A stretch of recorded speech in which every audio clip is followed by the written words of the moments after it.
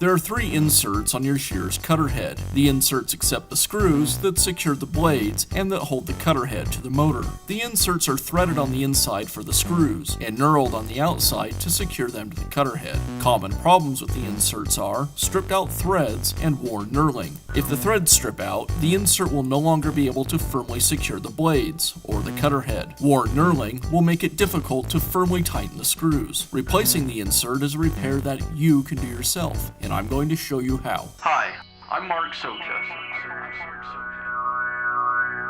Do-it-yourself repairs like these are easier than you might think.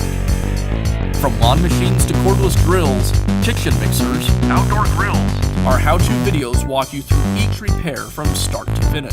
So doing it yourself means never having to do it alone. Let's get started. I'll begin by loosening the screw that attaches to the insert I need to replace. I'll loosen the screw, but not remove it completely. Now use the back of a screwdriver to tap the screw, which will push the insert out.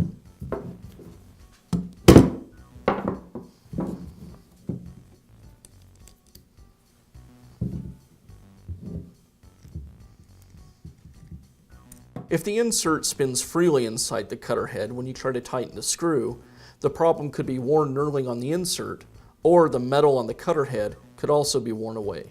If that's the case, you'll also need to replace the cutter head. Now install the new insert.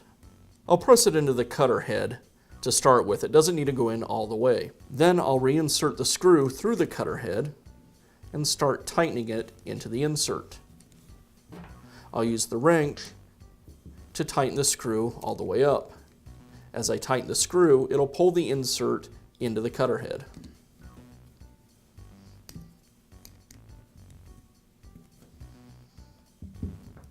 Like that. And that's all it takes to install a new insert in your shear. Be sure to check back often for new videos and expert advice. If you found this video helpful, give us a thumbs up And leave a comment.